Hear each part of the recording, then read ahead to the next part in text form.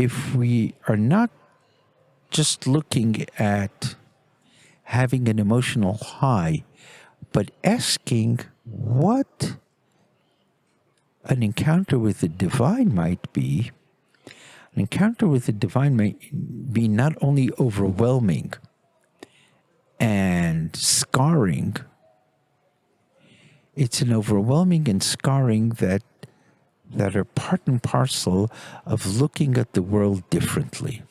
The encounter with divinity as otherness is one that undoes the structures of our being. I think that's the heart of the matter.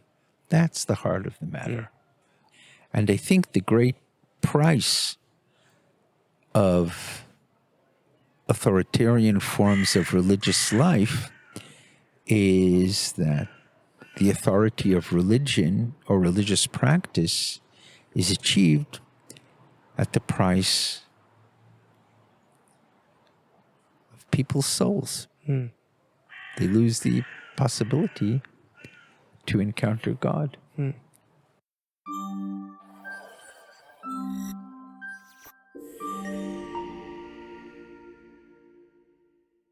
You speak about the encounters that are counted in the Bible, which some may see as the prime source and text of theology, at least for Judaism. Do you think that those encounters in some way, in any way, are still possible today?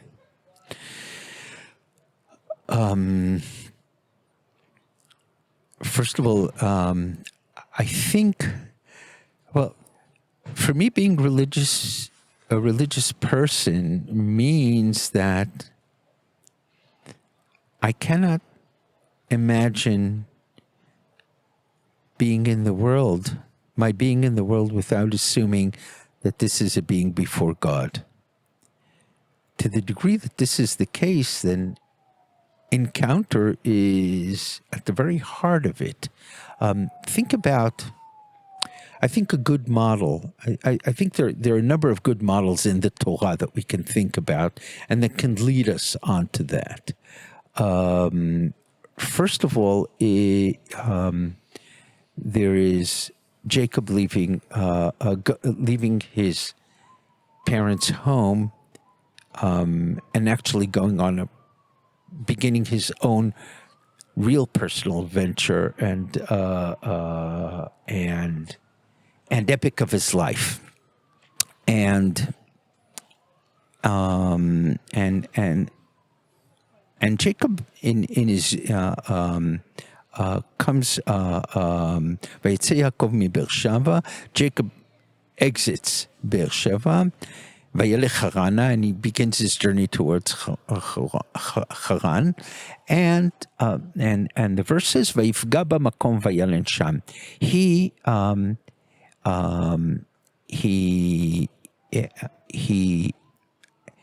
hits upon the place and falls asleep. Now, this idiom of hitting upon the place is the idiom of encounter. And he falls asleep because he has not realized what it means to be in the place that is in a more intensive presence of the divine. And you see this when he wakes up. He wakes up, he says, wow, ma nora hamakom hazeh. How awe-inspiring. I don't want to say awesome, because awesome is today used differently in English, but how awe-inspiring. Awful. Is this place? And I had no idea. V'anochi lo yadati. So first of all, this gives us a sense of what it means, that of a few things. That first of all, you first encounter God when you leave the parental home, when you leave your comfort zone, and you're on the way. And paradoxically, on the way of the journey, you encounter the place. And really what Vayifga means is Vayifga is the verb that's used for encounter. So literally you can translate it as he hit upon the place. But functionally, the better translation, I think, would be that he encountered the place. And indeed, this is echoed again in the rabbinic statement about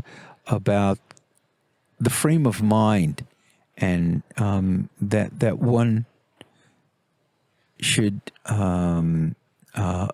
cultivate when turning to God in prayer.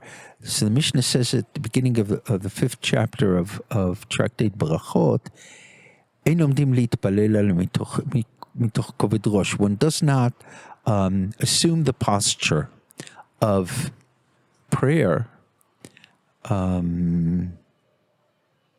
without a gravity of mind, kavod rosh, so weightiness. That is, what does that mean? That means to be present completely in what you're doing.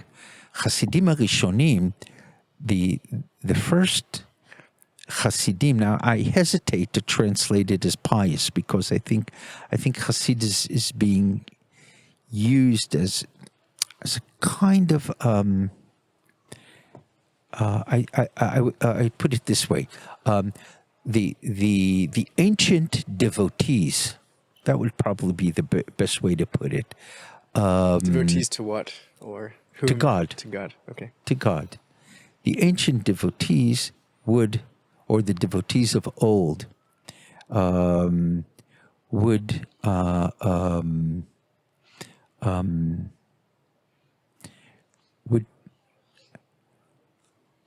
clear their mind, would let go for some time, so כדי שיכוונו את ליבם למקום, so they could attune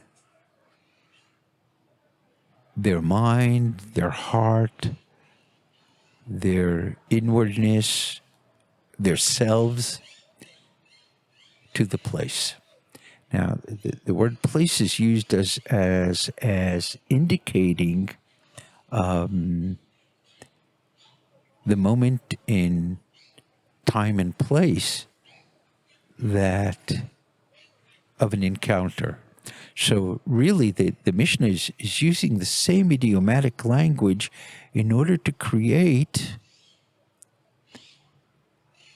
the conditions for an event. And I think this kind of thinking is standing behind a major move that the Baal Shem Tov does, which is to identify the verbal structure of prayer as the structure of the Shekhinah, of God's presence, because what we have here is a score that we're being invited to perform, but perform through a complete presence. Score as in a musical score? Yeah, it's a musical score. So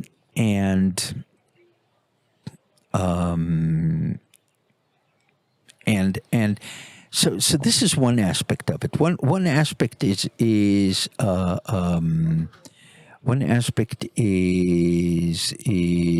the event. And what is the event of encounter? And why is encounter so important? A second element in it is that the encounter is verbalized, right? Jacob in his dream sees the divine messengers ascending and descending the ladder leading up to heaven. Of course, this is an extremely or from earth to heaven. This is a dream that is thickly laden with with archetypes that forge Jacob as a person is not only on a mere journey, but on the kind of journey that will lead him from fate to destiny. And then the verse says, and behold, the Lord was upon him. Now, in alav, in Hebrew, that V'nei Hashem nitzav alav, behold, the Lord is upon it or him. Now, in Hebrew, you can't, both meanings are possible because you would use the same word for it. And it's not clear if it's upon the ladder or that Jacob suddenly senses that God is upon him. And him is Jacob, the dreamer. So that would intensify the encounter. And then it's turned into words. You, Jacob, are assuming now the destiny of your forefathers and going in your path. So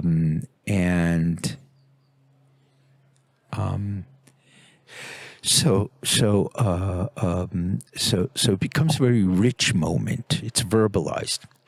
And then we have a third element, which comes out in a different story. And that's the story when Jacob returns to the land. When he returns back home, he realizes that he can't return back home without encountering his nemesis, which is his brother. Esau. And he realizes that this encounter, for him, in his soul, is the condition for meeting God. Because if he is still in the bond of the deepest anxiety towards his brother, then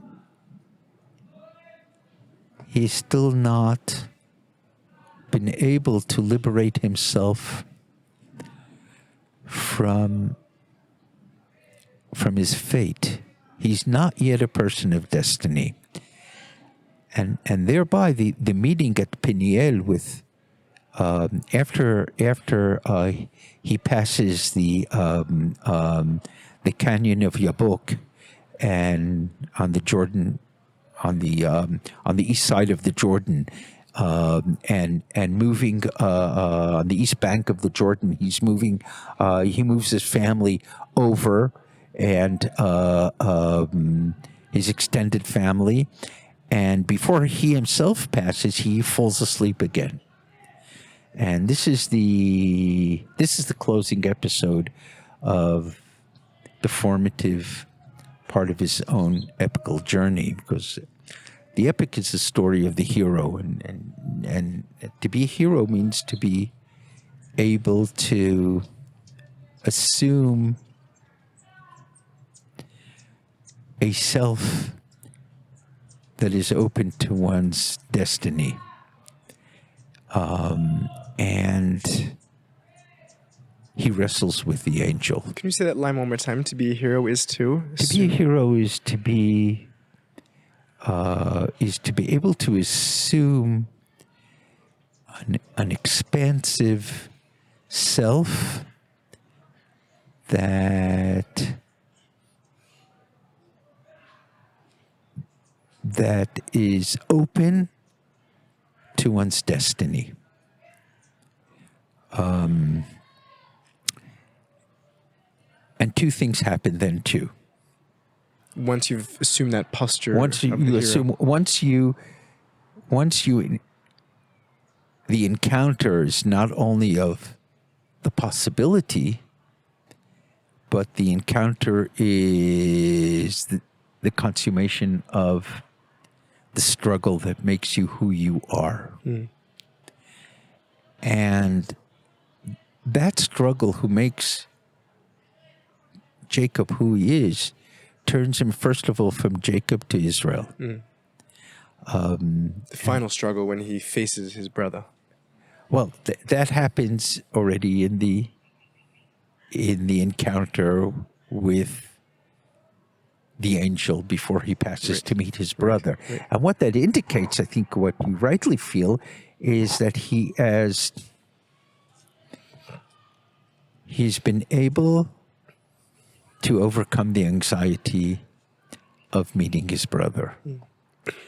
And I think that one of the dramatic things that will actually happen when they do meet each other is that the fear and the anxiety that were before completely dissipate. And they dissipate not only because Esau was clearly in a different place and all these years have passed, but because Jacob in his own soul was now in a different place. Right, he was a new man. He was now a new person, and this and therefore worthy of acquiring a new name. He has seen God. But there's another indicator too. Right, you said that there's two things you're going to add. Can I just ask a question before you go into those 2 points? And Sure. this narrative that you're weaving is really beautiful, and I think the way that we can apply that in our own lives to find our own epics is a great direction which I'd like to explore with you. But you mentioned a few times this difference between fate and destiny, escaping fate to embrace destiny. Can you just give a word to the difference between those two? Yes. Well, your fate is what is when who you are and where you're going is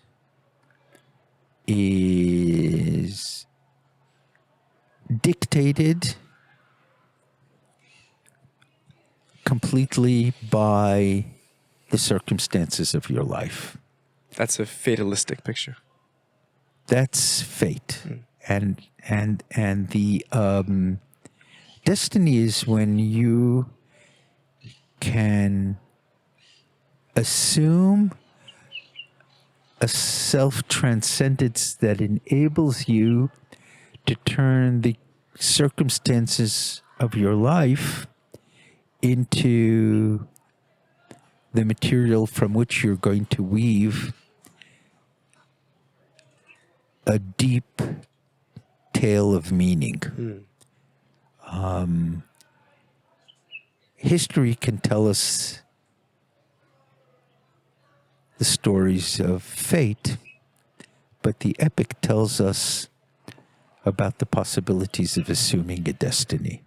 So we don't escape our circumstances. Exactly. We simply find ways to construct meaning out of those pre-given. We assume responsibility. We take responsibility.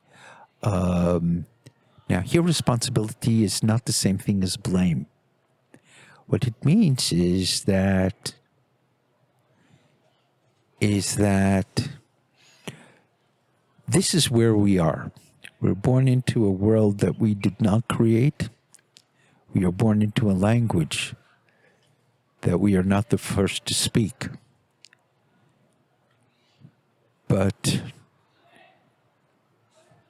we are called to speak it anew. And that speaking anew is expressed in the Bible in acquiring a name. And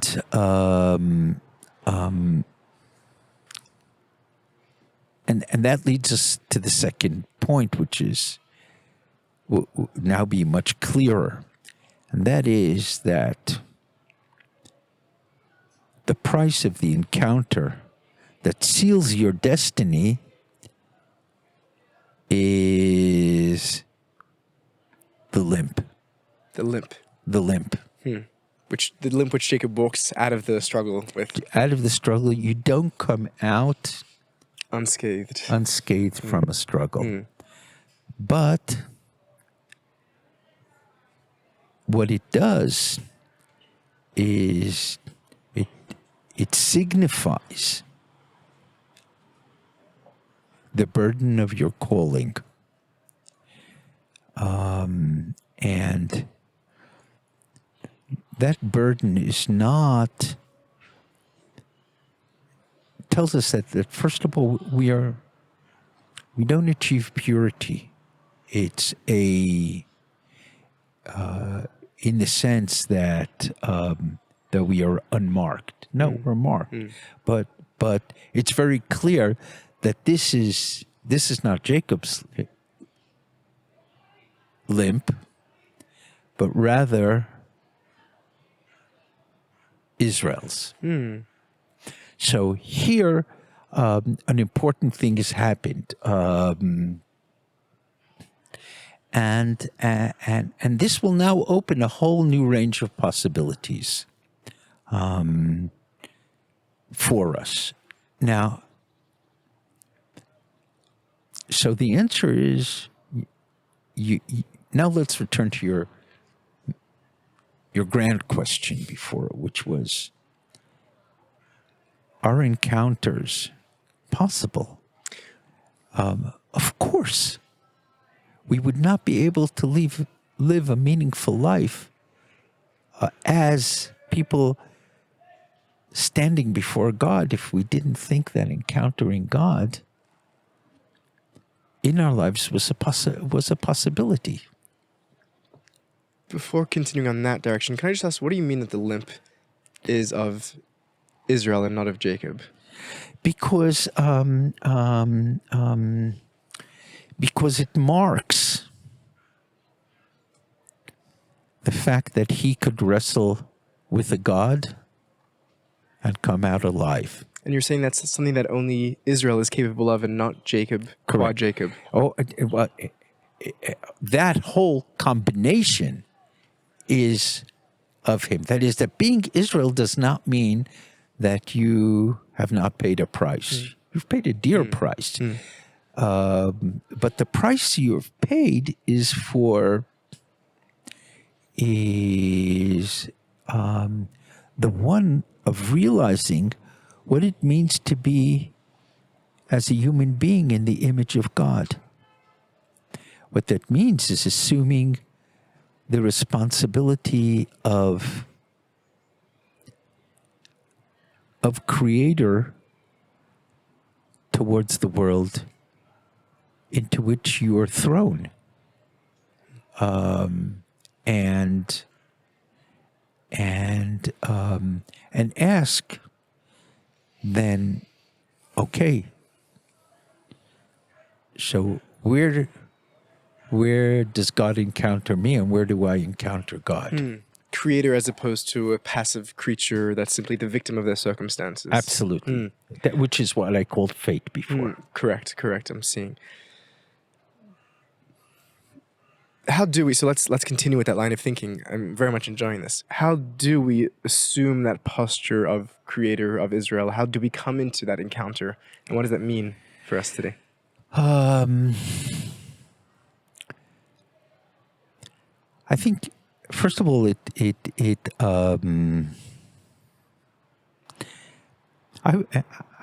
would go with the Mishnah in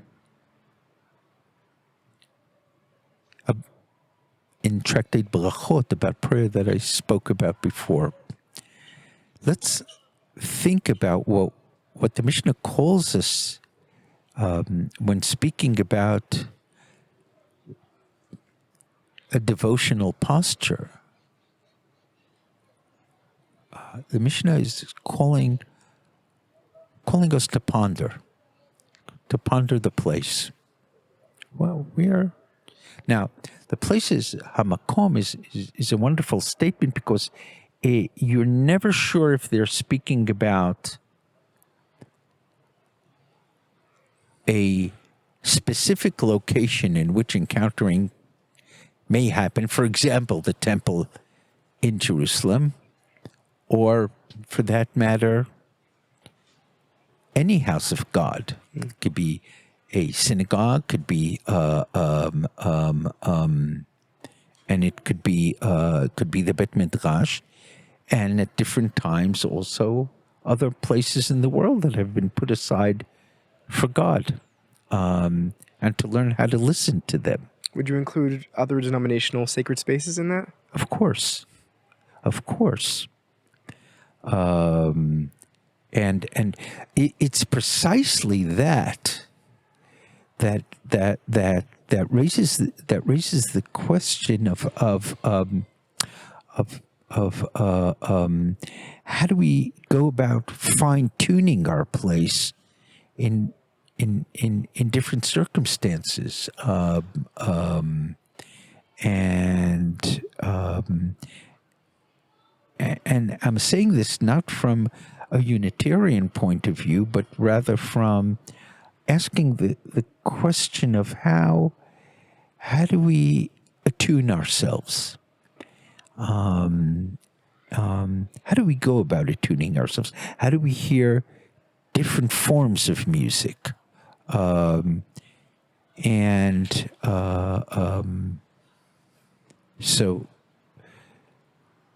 this is one complexity. Right.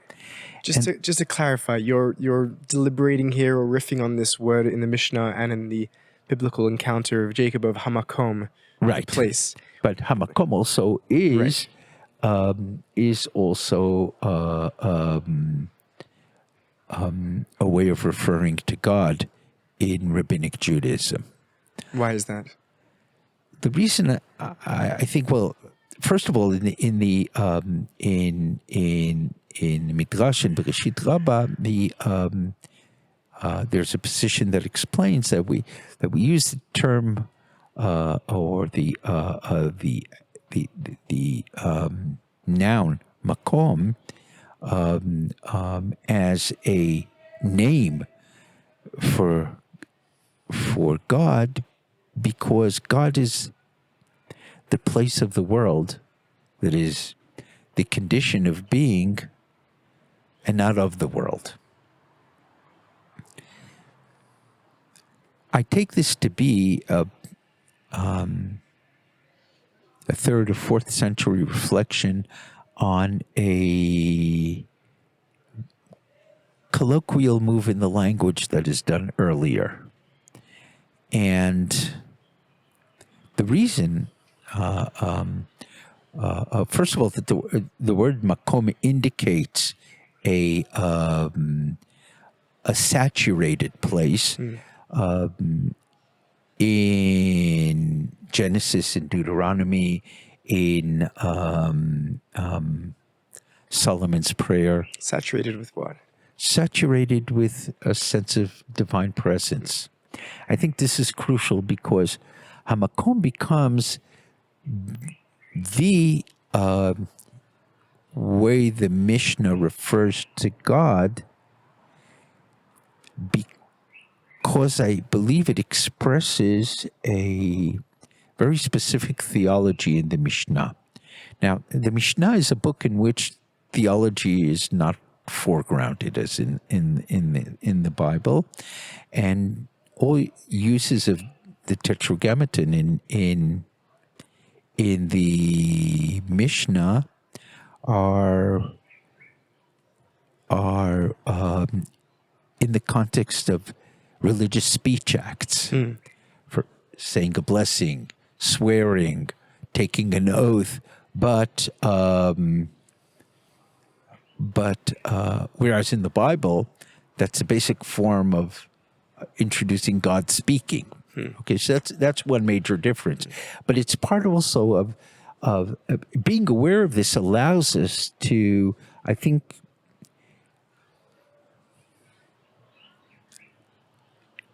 locating the Mishnah's backgrounding of theological language and pulling it out very, very carefully, the very, very careful strands. Now, I think a very rare word in the Mishnah is Shekhinah, divine presence, and it's mostly, I think, maybe all uses of the word Shekhinah are in Tractate Avot. which I take to be a slightly later addendum to the core of the Mishnah. This is a big argument about this. It's my own tendency, and of course, the canonical 6 orders of the Mishnah include tractate Avot, but I think there's a good case to say that this is an important later addendum. But now, why am I saying this? Because I think that in biblical Hebrew, you would not be able to distinguish between Makom and Shekhinah, because Makom is used to speak about a saturated locale, that is, what the rabbis would recognize as Shekhinah. Of course, the verb name Shekhinah is not used in biblical Hebrew. Right. It's the indwelling of the divine presence. Or the divine presence itself. Right. Yeah. Right. Now, the meaning of the destruction of the temple is the divorce of Makom and Shekhinah. And I think that this is crucial for understanding rabbinic theology. The divorce of presence and place. Exactly. And interested, and so you could see in the Midrash of Sifrei of Numbers at the end, where God says at the end of the book of Numbers that the land must be cleansed of blood, of spilling of blood, because God resides in the land even as we are completely within our impurities. And on this, God's indwelling in the land, the Midrash says, in some of the versions, it's in the name of Shimon Bar Yochai, that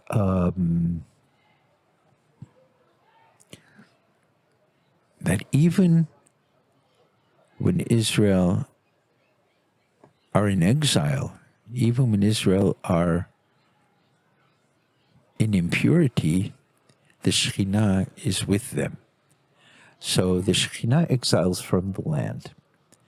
And the divorce between Shekhinah and Makom means that we are now journeying in a world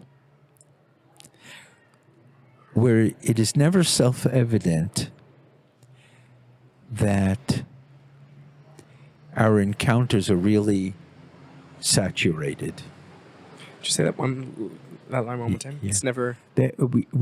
We are journeying in a world in which we are never sure, or it is never self-evident that our encounters are saturated with divine presence. That's the meaning of exile. Are you saying that there's a necessity to embrace that uncertainty and doubt? I don't think we have a choice but to do that.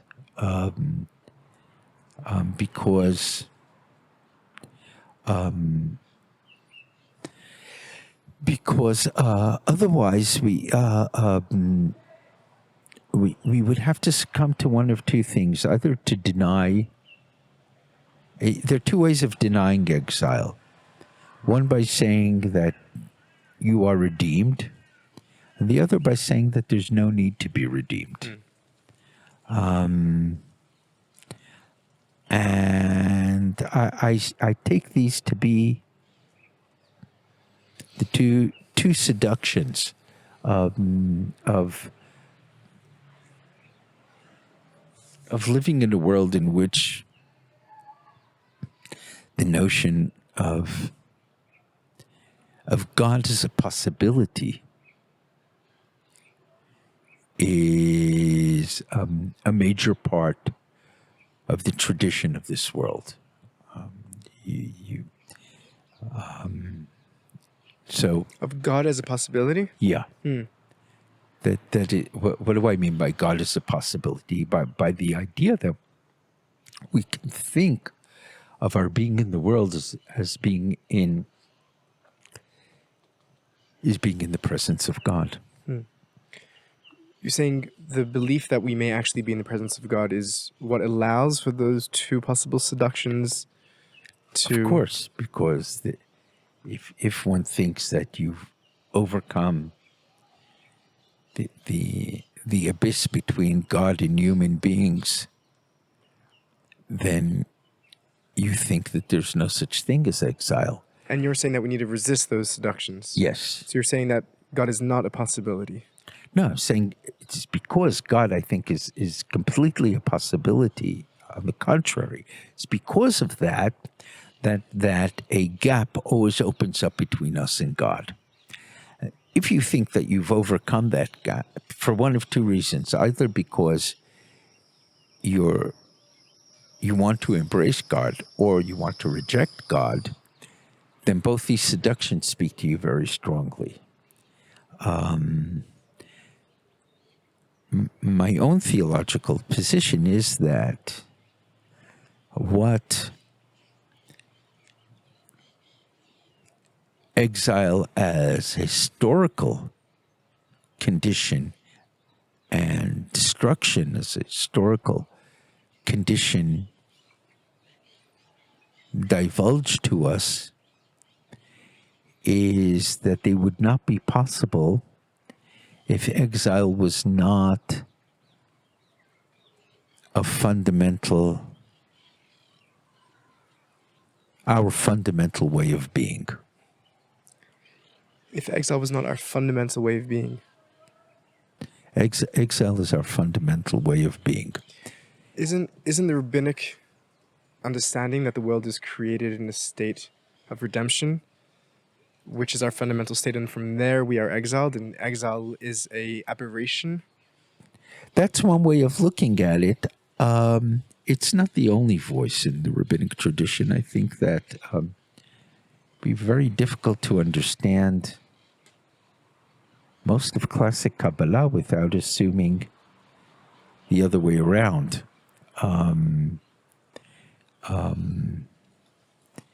And that the creation of a world means the creation of difference. If we were but another aspect of God,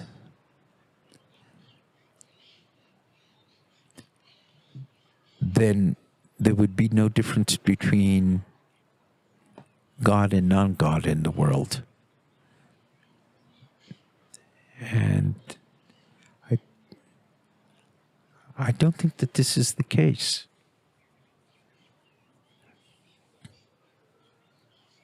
I think we live in, if I would put it in the world, in the words of if I would take over two important theological metaphors from classic Lurianic Kabbalah, the world is created by a divine contraction, by God making space for otherness. In Hebrew, tzimtzum. This contraction is what enables difference. And difference makes the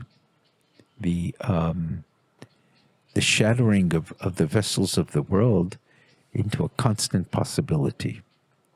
And that's why I think we live in a world of exile. The world of exile is the world in which the events of the world are not transparent to God, from our point of view, at least. They're not transparent. We can say the words. People constantly say the word, oh, this is God's will. I have faith in God. I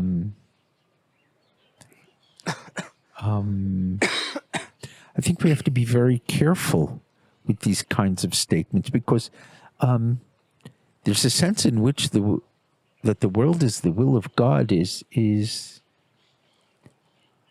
trite. Of course, the world is the will of God, but how does that assist us in understanding difference? Right. That's the question. Right. So I think it would be wise not to be flippant with faith. Not to be flippant with faith. Yes. Menachem, will you humor some disagreement here? You bring up a classic Lurianic notion of the world predicated on shvira, on a cataclysm, on destruction, and that we live in that state of exile and rupture, as you're saying. Is not the Lurianic notion predicated on a wholeness that had to have been before there was any shattering, and that even in the place of the absence, the abyss, the vacuum, the tzimtzum, there's a residue, there's a presence in the absence over there, which fits with the well-known notion in the Tikkunei Zohar that leit astar panu mineh, there is no place which is absent of God truly, because even in the absence there is presence, even in the shadow and the trace there's still the divinity that remains. Well, there were two points that you made. One is that is primordial wholeness is the primordial wholeness of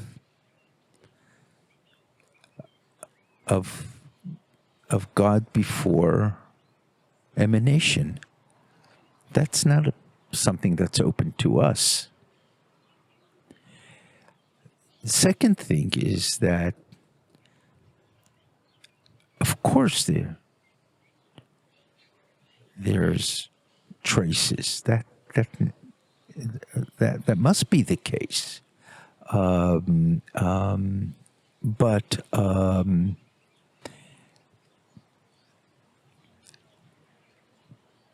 But again, consider Maimonides, for example, using the notion of the will of God. I mean, Maimonides says, what does the will of God mean? This is a psychological metaphor. God doesn't have a psyche, but what do we mean when we say will of God? What it means is, Maimonides would say that any questioning of the world would come to a point of givenness.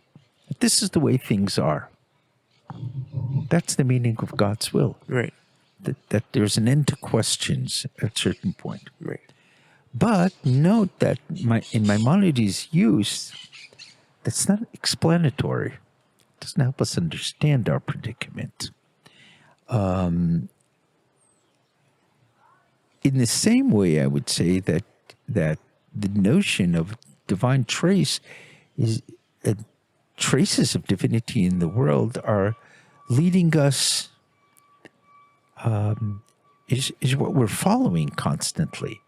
The traces are everywhere. Our ability to turn them into a thicker notion of presence depends first and foremost on our own presence. It's not given as self-evident. Even notice in the way you asked the question, you moved from the fullness of divinity, I assume that would mean only before emanation, to traces, to letatar panui mineh, that there's no place in which you have a vacuum. Let's say panui is a strong verb. of God. And it's turned into full circle into a very thick notion of presence. And I'm saying that basically, if you want, what I'm trying to put forth is a sober form of ecstasy. It's in its very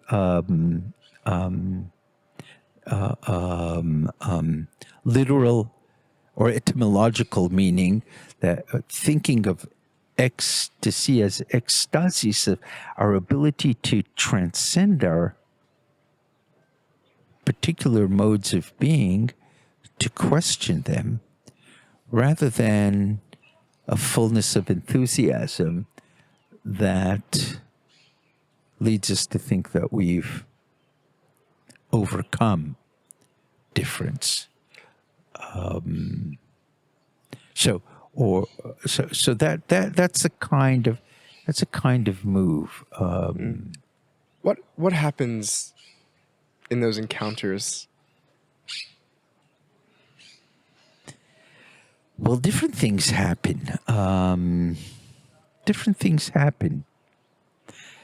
I think the most important thing, first of all, is that we see anew. We see ourselves, we see the world in a way we haven't seen it before. It's suddenly we have a feeling that we had blinders on our eyes for some reason beforehand. Not for some reason. It couldn't have been otherwise, because we were in a certain place and we moved on. Right. A sort of mode of being, as you put it. Right. So it's a moment of aspect dawning. We see something different. Now, the aspect dawning is interesting, because it's not that every aspect dawning is a revelation, but the only revelation that makes sense is one that causes us to look differently at the world. At the world and ourselves, you said. And ourselves. Well, we're part of the world.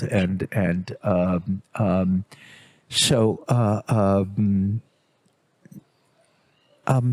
It has to do with a kind of gestalt shift. We posture ourselves differently. Now, why am I saying that? There's the wonderful example that Wittgenstein brings of the duck rabbit, right? Of a kind of image that you always saw it as a duck, and suddenly you realize that there's a rabbit there. Okay, or like the first time you're in a youth movement here in Israel that was part of one's initiation when we were younger. You're standing in the evening, and your guide is pointing out to you Cassiopeia, and you've never looked at the sky that way, and he's saying, can't you see the W? Pointing out what? Cassiopeia. That's one of the constellations. Oh, I see. And you're looking at the sky, and he's saying the W. The W. Don't you see the W? And suddenly you recognize Cassiopeia. You will never be able to look at the sky differently. You will always see the constellation. You can't unsee it. You can't unsee it. It's a beautiful way of putting it. You can't unsee it. And so I think that's a crucial moment. Suddenly the sky looks differently. Suddenly you look differently. Suddenly you see your parents, your children, your partner completely differently. And at its best, love becomes a possibility again. Love Becomes a possibility. How so? What's the relationship Once again, there? Because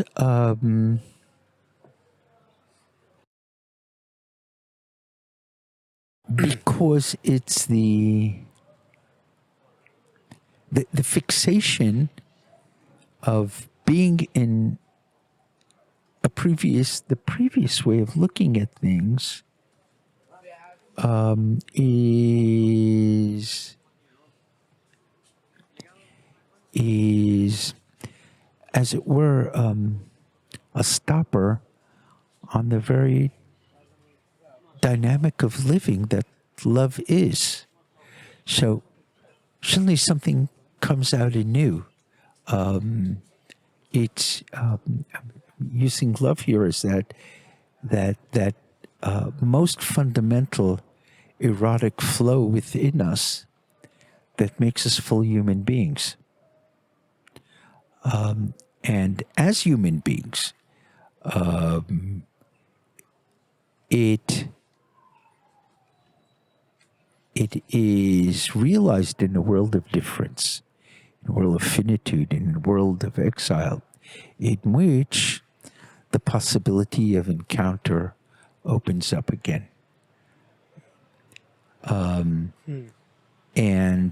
so what I'm trying to do is to point out that I think that the cash value of encounter, the cash value of encounter is not, it can have very powerful emotional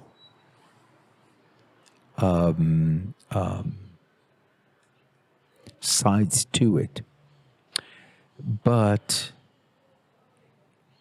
if we are not just looking at having an emotional high, but asking what an encounter with the divine might be, an encounter with the divine might be not only overwhelming and scarring, it's an overwhelming and scarring that are part and parcel of looking at the world differently, of understanding. Now, Heidegger, for example, thought that happens when you have a real encounter with death. Because what death does then is clearly delineate the possibilities that are only yours.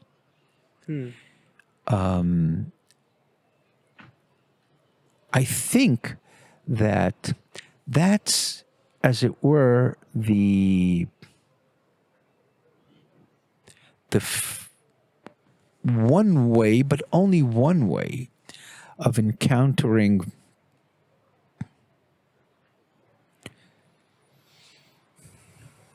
divinity as nothingness working in our world. Now, what does that mean? It means that the encounter with divinity as otherness is one that undoes the structures of our being.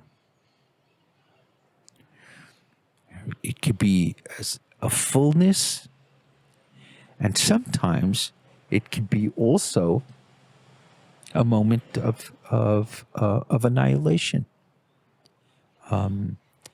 Yes, this happens.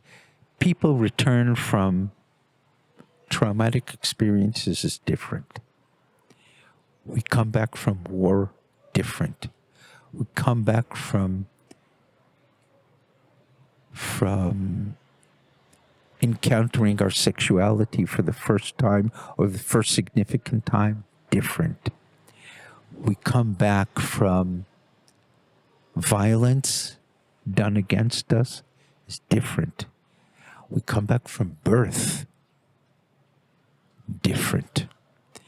And it's those moments are so important because it's not only focusing on death as finitude, but on the fact of natality, that birth is a possibility. I want to ask you about this deconstructing and reconstructing of self that you're speaking of now, but you mentioned something just a second ago which I thought was interesting and worth asking about, which is you say that the precondition for encounter is otherness, and I appreciate and hear that point. Doesn't instantiating otherness as a fundamental property of being and encounter also preclude a certain further reaches of encounter where being other is what allows the encounter to happen, but also precludes it from ever really coming to a point of contact because of one's otherness with what they're encountering? I think that's what the Song of Songs or the Songs of Solomon is all about. Remember that this wonderful ode to passion, or maybe, I'd rather use the Greek eros than the Latin passion, because as long as we realize that our erotic capacity is not subsumed by sexuality, but rather that sexuality is one of its important articulations. Now, think about how this wonderfully passionate and erotic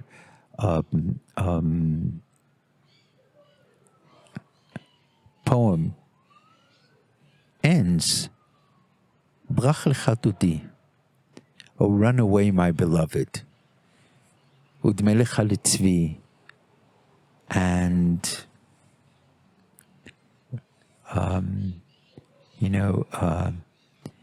assume the image of an antelope.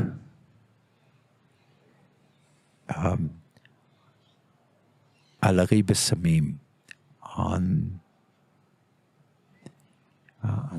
the mountains of spices,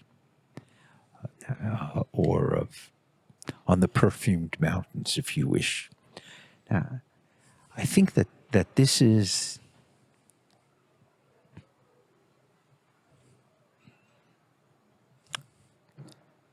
one of the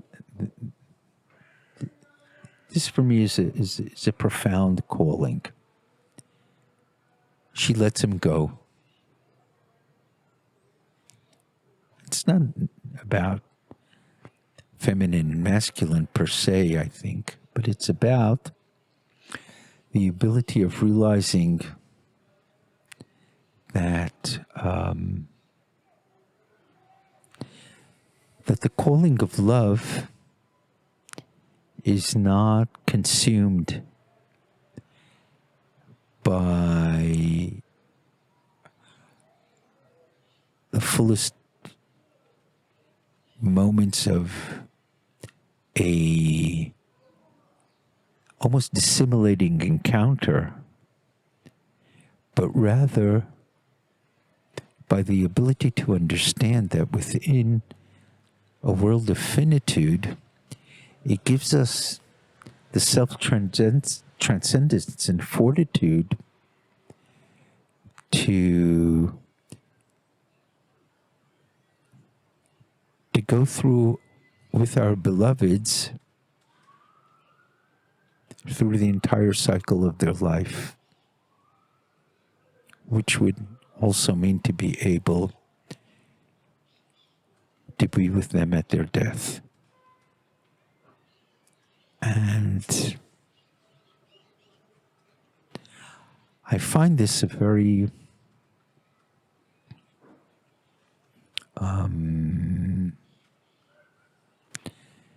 it's almost a shuddering realization that when you're young, you think that infatuation is the great moment of love. Then you think that great moments of sexual intimacy are the great moment of realization of love. You think that ecstatic moments of encountering God are the great moments of love. And they are all true. But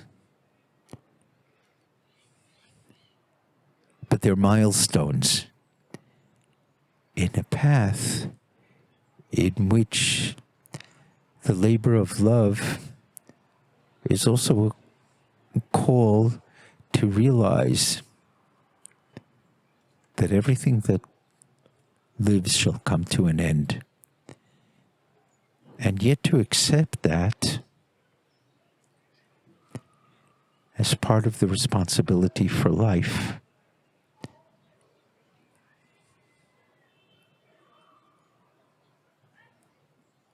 For the blessedness of life that we have. Mm.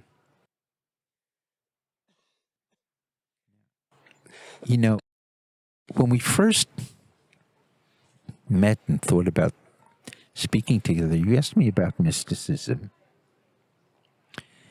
And I was reluctant to speak about mysticism the way it's usually spoken about, whether by scholars like Evelyn Underhill or William James,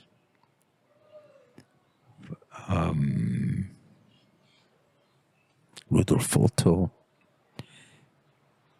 and others who use this category to reflect upon our experience and our being in the world and our unbeing of our finitude. And one of the reasons I was reluctant is because I think it's a category that's used too quickly. What I tried to do now when we were speaking this past hour is to canvas a range of reflection on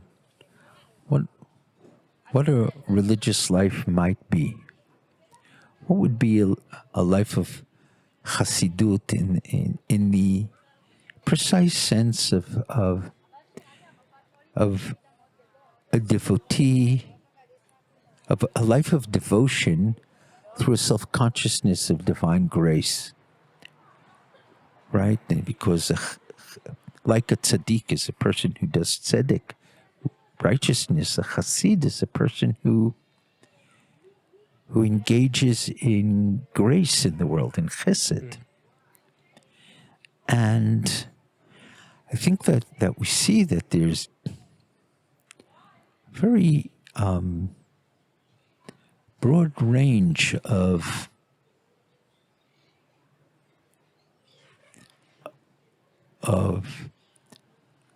ethical possibility in not only how we encounter the world, but how we enlarge ourselves to be worthy of thinking of ourselves as actualizing a soul, as a divine image,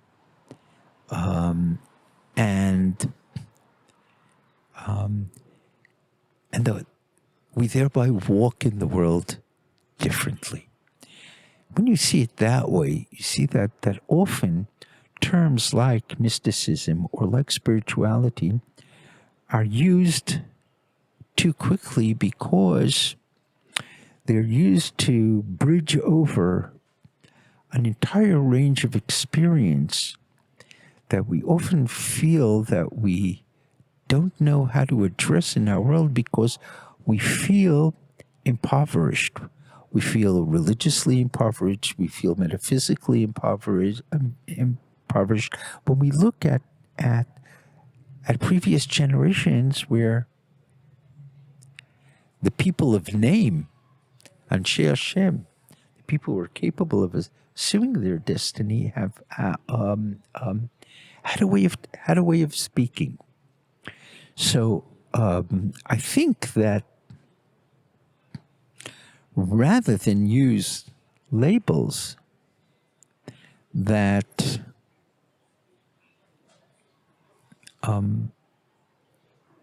that may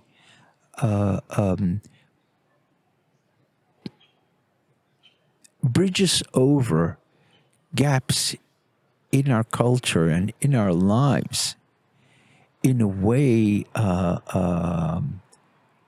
that might be too early, or assume forms of being that we don't have access to, not because of the limits of human finitude, but because the way a person was in the time of the Bible is a very different way a person is today. So what I try to do is to try to canvas a range of experience that I think in which we can ask much more nuanced questions about our state of mind, our conception of the world, our notions of presence, notions of absence, and to make a pitch for the kind of reflective work that I think we need. I hear that and I appreciate that, and I feel like we have been talking about what many would call mysticism or spirituality throughout the conversation in a much more careful and deliberate and a language which is minding the gaps, if we could say that.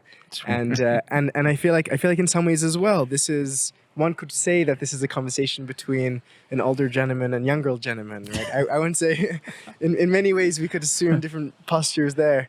But I love that notion that you said about love not only being in those moments of peak ecstasy and feeling, and whether that's religious or erotic, but also being there in moments of letting the other go on and to find ways of being which we don't yet have a conception of. And I was thinking of perhaps, what does it mean to love God after the death of God, right? What does it mean to still be? And that seems to be what you're describing in some ways here.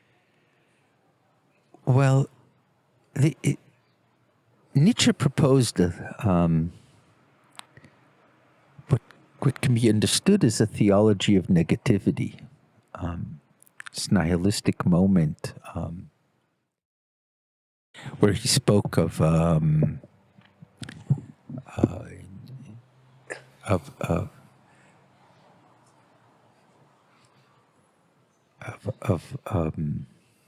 not only the death of God, but he says, we have killed him.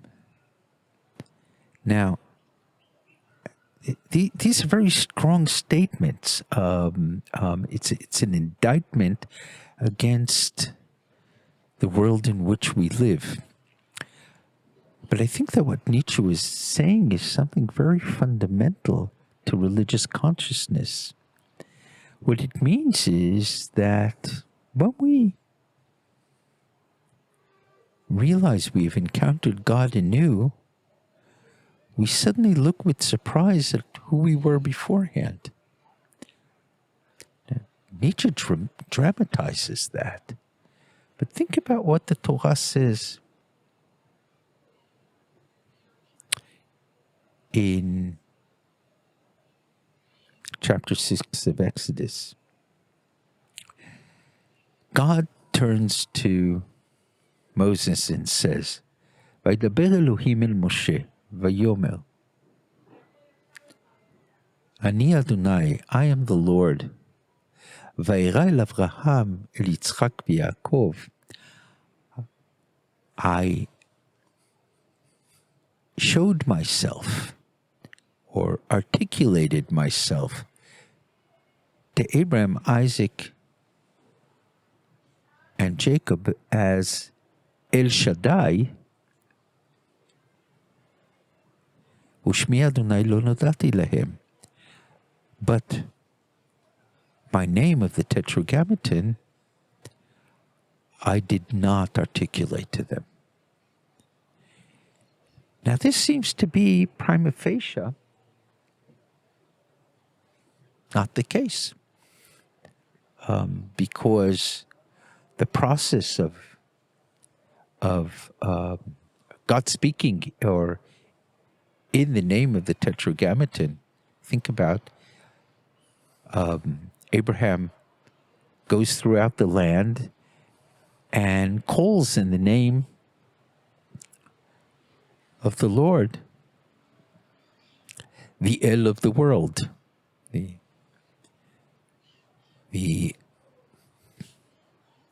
deity of the world. And I think that what God is saying to Moses is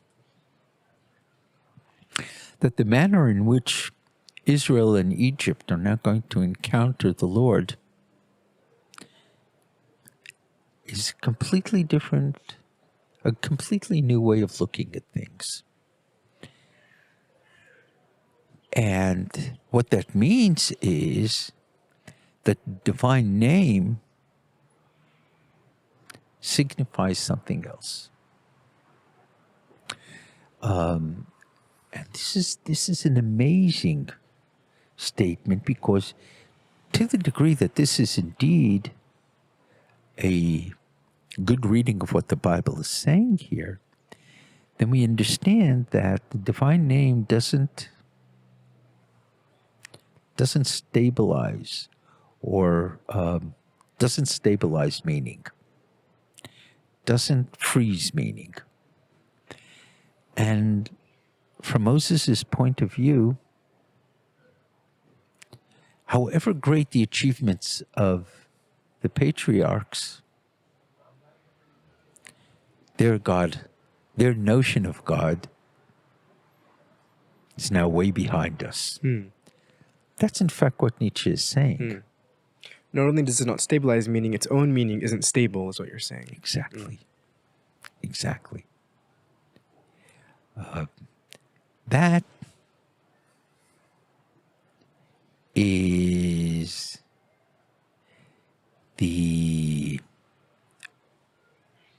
that's the twirl of the sword entering, of the cherubs entering Eden.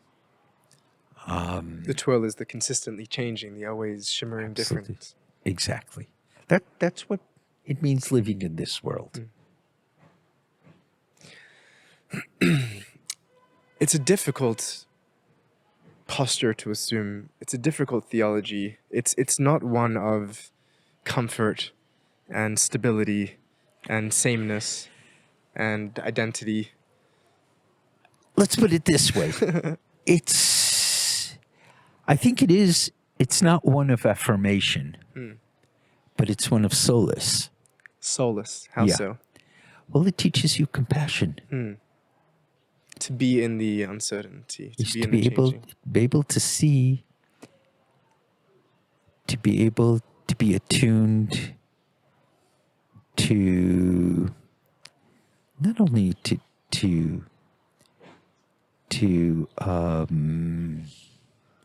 demise, but to pain, to suffering, to shame. Shame. To shame. To be sensitive to shame. Yeah. Of others. Of others, right. About what it means to undergo shame. Right. Right. And I think that, but it's not a religiosity of affirmation. Right. Right. It's a negative theology in that sense. Right. Right. Can I ask a personal question on that note? Sure. It's a great line by Edna St. Vincent Millay, the American poet. Personal? Of course it's personal, but it's not private. About her poetry. Oh, personal but not private. Is there, do you yourself have practices that you've found effective to bring you into this encounter with the divine otherness as you've been describing? Well, I think that the path to God is one that demands discipline. What do I mean by discipline? It means the discipline of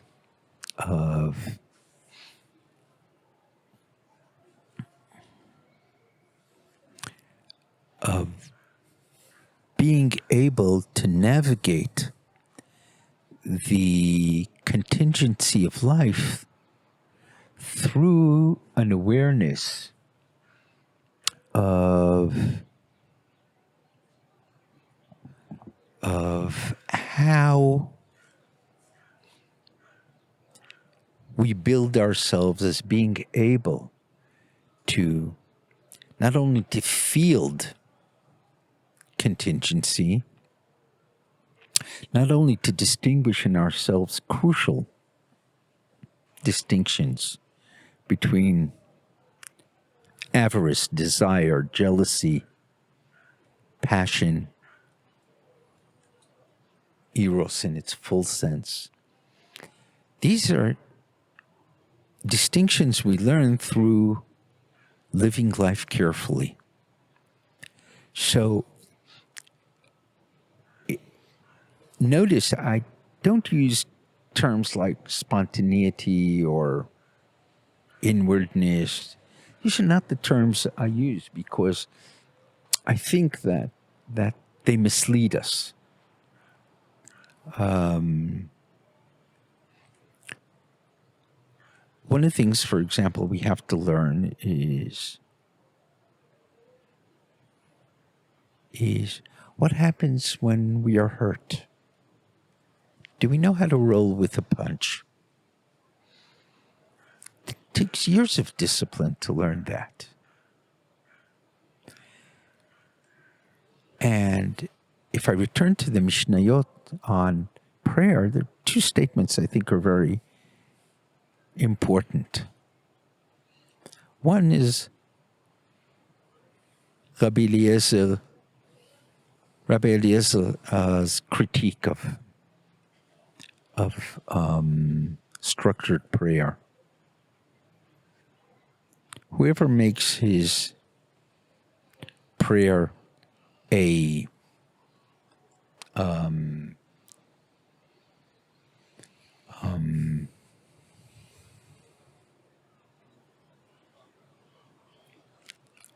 keva, Set practice. a set practice, it will not be a supplication because you close and not open. Rabbi Akiva says earlier, if one's prayer flows through oneself, he should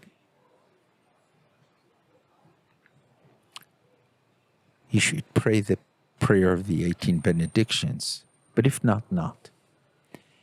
And since I've been a young boy, I have learned how to pray by heart in order to be able to treat my prayer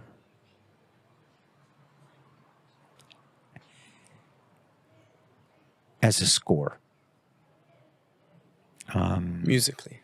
As a musical score.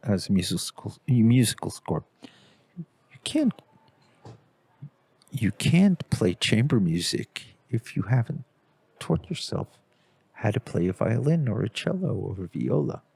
It just won't happen. So, of course, there's a lot of disciplining you need on the way, but it's a disciplining that teaches you how to make the music flow through you. I think that's the heart of the matter. That's the heart of the matter. And I think the great price of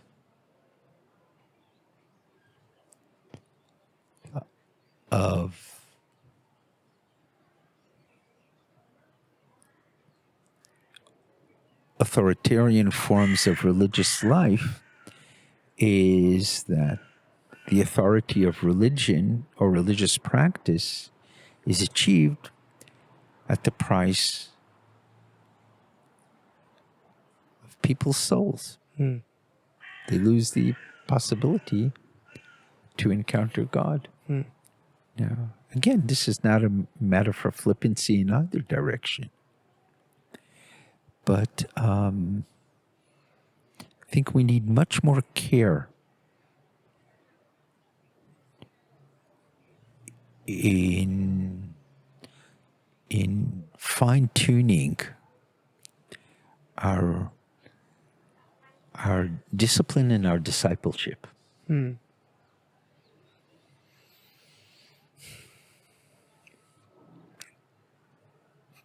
Disciplining ourselves to be able to find those modes of connection which otherwise may become routine, to find ways to breathe new life and spirit into them, to blow melody into the ordinary. Right, and it's like the game that Shlomo Neah taught us about the Mishnah's term chagrin. That many people read it im shgurat filato befiv, understanding that if one has turned it into a routine, but actually the Mishnah is saying the opposite. If you feel that it's been sent to you like an epistle or a letter, Shagrut, like right? That is right. Im shagrat filato befiv. It was thrown into your mouth. Then, right, and that's but not with spontaneity. Now, spontaneity is a misleading point. I'm not arguing against the importance of the openness to the moment. It's about what we think that spontaneity gives us, the kind of authenticity it gives us, which I think is problematic in many cases. But that needs a different kind of discussion. I'm not arguing against being spontaneous. I'm arguing about preconceived notions of what we think spontaneity gives us and doesn't give us. I'm going to suggest something which to the viewer may seem spontaneous, but it's been premeditated in some way already, which is to bring some melody into the conversation. How would you feel about leading us in some soulful melody to bring us into the depth of the presence here? Sure. I think when we spoke earlier, before, when we prepared ourselves, attuned ourselves towards this encounter, I mentioned I think the great genius of the melodies of the Niggunim of Lubavitch, in which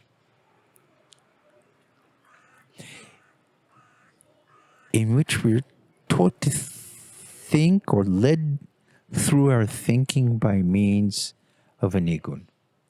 And so a prime example, I think, is the Niggun of the Alter Rebbe of Reb Shneur Zalman of Ladi for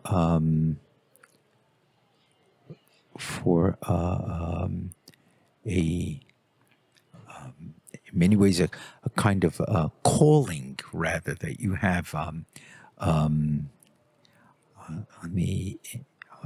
the high holy days, on the awesome days, Yamim Noraim of Rosh Hashanah and Yom Kippur, Day of Atonement, in which we say Avinu Malkeinu, our Father, our King. We have no king but you. So it's a Niggun I like very much. We've now encapsulated both spaces of awe and times of awe. Absolutely. Absolutely. Well, space and time sit on the same function. Right. So they're Time, interchangeable. space, right. I should. I na na na na na na na na. I na na na na na na na na na.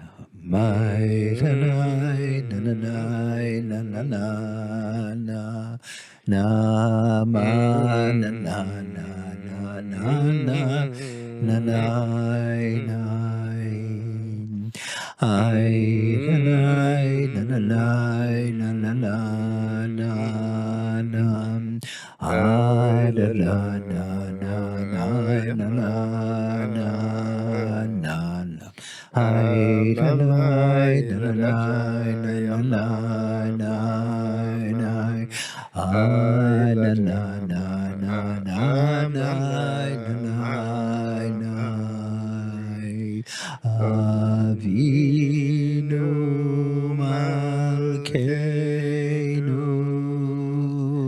Oyei Lanu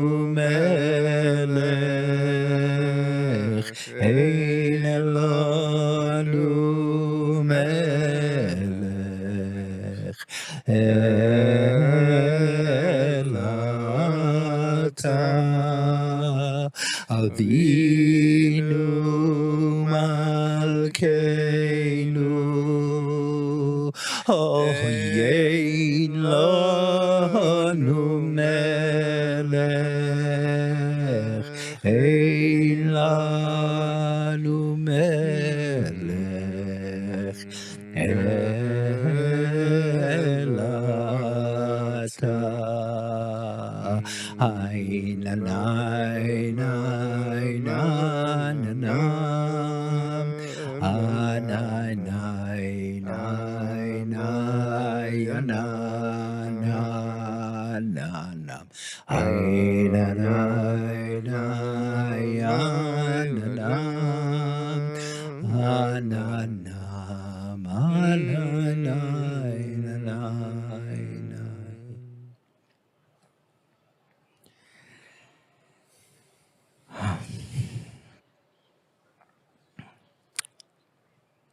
Thank you.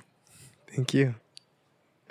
I had my eyes closed for the Niggun, and when I opened them, like the color and the light and the presence hit me anew, and I feel like a new seeing after the Niggun. Yep. Then it did its work. Yeah. Although I was reflecting on the words of the Niggun, that Avinu Malkeinu, our Father, our Majesty, our King, Ein Lanu Melech, we have no magistrate, we have no king, Elo Ata, besides for you.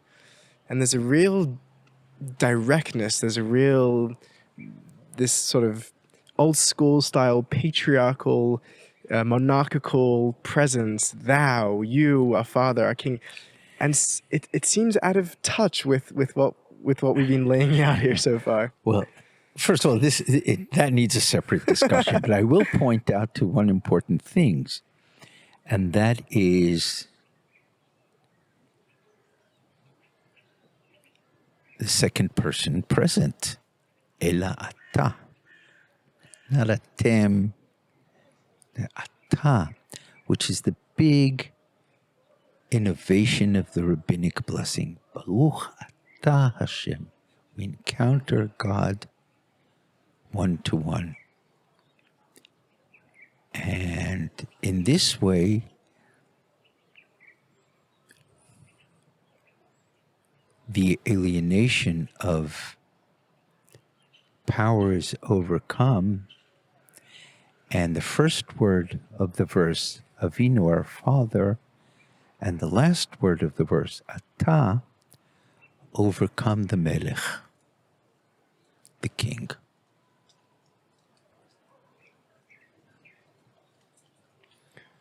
But can you even say Ata in a theology which holds pride of place for so much distance and space and absence and death? How would we open the possibility of encounter without it?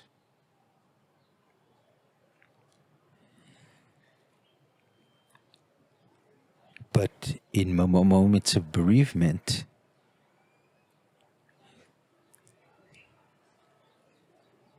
it overcomes us.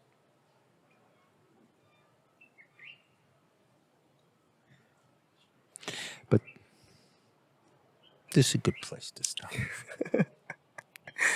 Thank you, Menachem, for giving of your time and your presence and your thoughts so graciously and presently. I think some conversations they come and go and they were and you don't really remember, and they sort of just drift off in the sort of the stream of thing, the river of life. And some conversations really they sit with a real weight of presence, and they stand and they stay. And I feel like this is one that's going to stay with me for a while. And I'd like to thank you for being with me in that conversation. Likewise. Thank you. My pleasure.